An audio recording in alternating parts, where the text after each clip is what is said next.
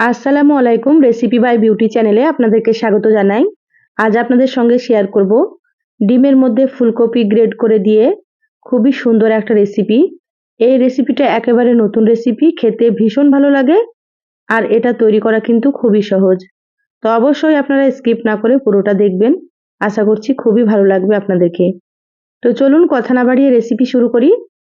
তো এখানে দেখুন একটা মিক্সিং বোল নিয়েছি। এবার আমি এখানে 3টে ডিম ভেঙে নিচ্ছি। আমি এখানে 3টে ডিম দিয়ে রেসিপিটা করব। আপনারা আপনাদের প্রয়োজন মতো নিয়ে নেবেন, যার যতটা প্রয়োজন হয়। দেখুন ডিমগুলো বাটিতে ভেঙে নিয়েছি।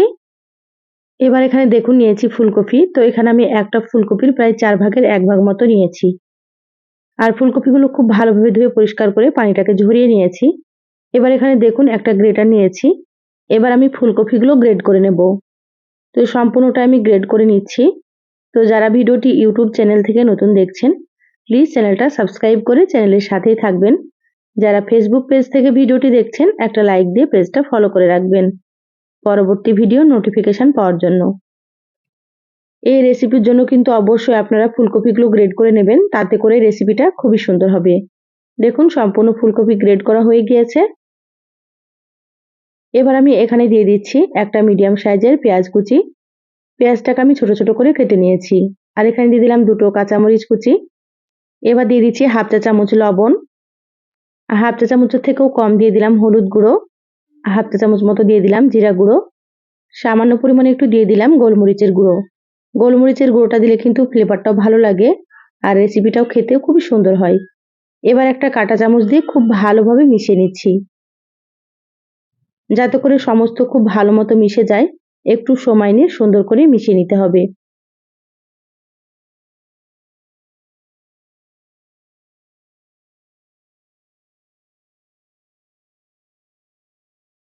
খুব ভালোভাবে সমস্ত সুন্দর করে মিশিয়ে নিয়েছি। মেশানো হয়ে গিয়েছে, সাইডে রেখে দিলাম। এবার গ্যাস অন করে একটা ফ্রাই প্যান দিয়ে দিলাম। ফ্রাই প্যানে দিয়ে দিলাম 1 টেবিল চামচ মতো সরষের তেল। চাইলে আপনারা এখানে সয়াবিন তেল দিতে পারেন। তেলটা হালকা গরম করে নিয়েছি। এবার আমি ডিম আর ফুলকপির মিশ্রণটা দিয়ে দিলাম। এবার স্প্যাচুলার দিয়ে এভাবে করে একটু সমান করে নিচ্ছি। খুব ভালোভাবে সমান করে নিয়েছি। এবার ঢাকনা দিয়ে ঢেকে দেবো 5 মিনিটের জন্য। এই পর্যায়ে গ্যাসের আঁচটা একেবারে কমিয়ে রাখতে হবে। দেখুন 5 মিনিট হয়ে গিয়েছে, ঢাকাটা খুলে নিলাম। গ্যাসের আঁচ কিন্তু বাড়ানো যাবে না, তাহলে নিচের পাশটা পুড়ে যেতে পারে। নিচের পাশটা সুন্দর মতো হয়ে গিয়েছে, উপরে একটা প্লেট দিয়ে দিলাম। এভাবে করে উল্টে নিচ্ছি। দেখুন কত সুন্দর হয়েছে। এইভাবে আপনারা ফ্রাই প্যানের উপরে একটা প্লেট দিয়ে উল্টে নেবেন, তাতে করে কিন্তু ভেঙে যাবে না, খুব সুন্দর মতো তৈরি হবে। দেখুন আবারও ফ্রাই প্যানে দিয়ে দিলাম। আবারও আমি 5 মিনিটের জন্য ঢাকা দিয়ে দিচ্ছি। 5 মিনিট হয়ে গিয়েছে, ঢাকাটা খুলে নিলাম। দেখে নিচ্ছি নিচের পাশটা হয়েছে কি। খুব সুন্দর মতো ভাজা হয়ে গিয়েছে। এবার আমি প্লেটে তুলে নিলাম। দেখুন কতটা সুন্দর হয়েছে। সাইডে রেখে দিচ্ছি। গ্যাসে আবারও একটা কড়াই দিয়ে দিলাম। দিয়ে দিচ্ছি এখানে সর্ষের তেল। তো 2 টেবিল চামচ মতো সর্ষের তেল দিয়ে দিলাম। তেলটা হালকা গরম হলে এখানে হাফ চা চামচ দিয়ে দিলাম গোটা জিরা। এবার জিরাগুলো হালকা একটু ভেজে নিচ্ছি। দেখুন হালকা লালচে করে ভাজা হয়ে গিয়েছে। এখানে দিয়ে দিলাম একটা মিডিয়াম সাইজের পেঁয়াজ কুচি। পেঁয়াজগুলোকে তেলের সঙ্গে হালকা একটু নেড়েচেড়ে নিচ্ছি। খুব বেশি ভাজবো না, এভাবে একটু নেড়েচেড়ে নিতে হবে। এবার আমি এখানে দিয়ে দিচ্ছি একটা বড় সাইজের আলু। এইভাবে একটু মোটা মোটা করে কেটে নিয়েছি। এবার দিয়ে দিলাম স্বাদ মতো লবণ। এবার আলু আর পেঁয়াজ একসাথে কিছুক্ষণ ভেজে নিতে হবে। তাতে করে আলুগুলোও কিন্তু খুব সুন্দর মতো ভাজা হবে আর খেতেও বেশ ভালো লাগবে। এবার এখানে দিয়ে দিলাম হাফ চা চামচ হলুদ গুঁড়ো। আবারও খুব ভালোভাবে হলুদটাকে আলুর সঙ্গে মিশিয়ে নিচ্ছি। খুব ভালোভাবে হলুদটাকে মিশিয়ে নিলাম। এবার আমি ঢাকা দিয়ে দিচ্ছি 5 মিনিটের জন্য। এ পর্যায়ে গ্যাসের আঁচ একেবারে লোতে রাখতে হবে। দেখুন 5 মিনিট হয়ে গিয়েছে, ঢাকাটা খুলে নিলাম। এখানে আলু আর পেঁয়াজগুলো অনেকটাই কিন্তু ভাজা ভাজা হয়ে গিয়েছে। এবার আমি এখানে দিয়ে দিচ্ছি একটা টমেটো কুচি। এখানে মিডিয়াম সাইজের টমেটো ছোট ছোট করে কুচি করে নিয়েছি। হাফ চা চামচ দিয়ে দিলাম আদা বাটা, হাফ চা চামচ রসুন বাটা, আর এখানে হাফ চা চামচ মতো দিয়ে দিলাম কাঁচামরিচ বাটা।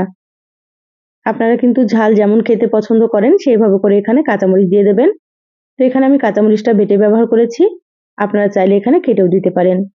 এবার মশলাগুলোকে কিছুক্ষণ ভেজে নিচ্ছি, যাতে করে মশলার কাঁচা গন্ধটা চলে যায়। প্রায় 3 থেকে 4 মিনিট মতো ভেজে নিলাম।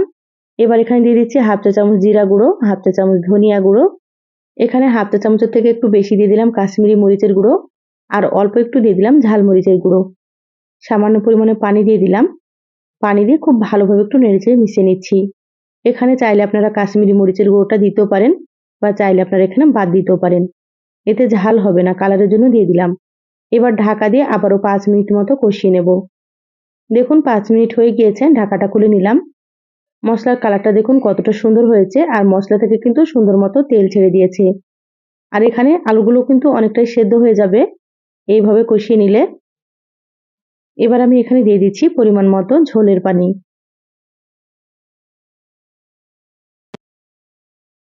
এখানে প্রায় আমি 1.5 কাপ মতো পানি দিয়ে দিচ্ছি। এই রান্নাটা খুব বেশি পাতলা ঝোল করব না, হালকা একটু ঝোল রাখবো, সেজন্য পানির পরিমাণ আমি একটু কম দিলাম। আপনারা যদি একটু বেশি করে ঝোল রাখতে চান তাহলে পানির পরিমাণ একটু বাড়িয়ে দেবেন। ঢাকা দিয়ে আরো 5-6 মিনিট মতো রান্না করে নিচ্ছি। আলুগুলো এদিকে রান্না হতে থাক, এখানে দেখুন এটা কিন্তু খুব সুন্দর মতো ঠান্ডা হয়ে গিয়েছে।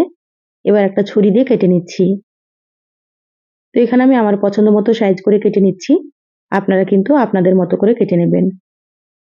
আর আমার চ্যানেলে আরো অনেক রেসিপি আছে, চাইলে কিন্তু দেখে নিতে পারেন।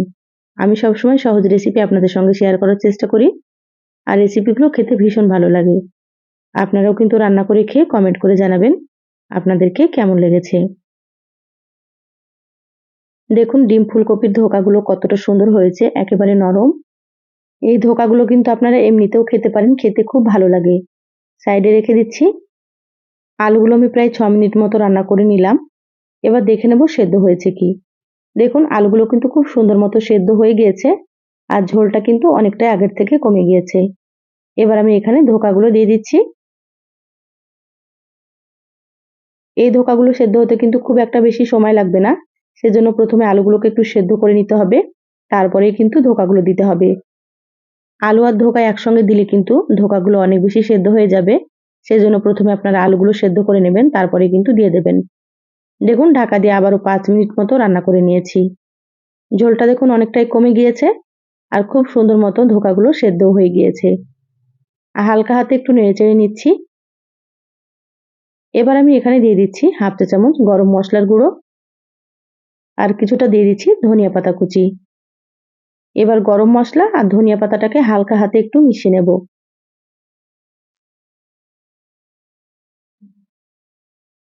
দেখুন খুব ভালোভাবে নেড়েচেড়ে মিশিয়ে নিয়েছি। রান্না হয়ে গিয়েছে। গ্যাস বন্ধ করে দিলাম। ঢাকা দিয়ে 5 মিনিট রাখবো, তারপর আপনাদেরকে দেখাচ্ছি। দেখুন 5 মিনিট পর বলে ঢেলে নিয়েছি। মাশাআল্লাহ কালারটা দেখুন। এই রেসিপিটা কিন্তু কষা মাংসের স্বাদকেও হার মানাবে। ফুলকপির একঘেয়েমি রেসিপি ছেড়ে একবার হলেও আপনারা রান্না করে খেয়ে দেখবেন। সহজ রেসিপিটা কেমন লাগলো চ্যানেলের কমেন্ট বক্সে কমেন্ট করে জানাবেন। ভালো লাগলে লাইক দিয়ে ভিডিওটা আপনারা শেয়ার করে দিবেন। সবাই ভালো থাকবেন, সুস্থ থাকবেন। দেখা হবে আবারও কোনো নতুন রেসিপিতে। ধন্যবাদ সবাইকে। আল্লাহ হাফেজ।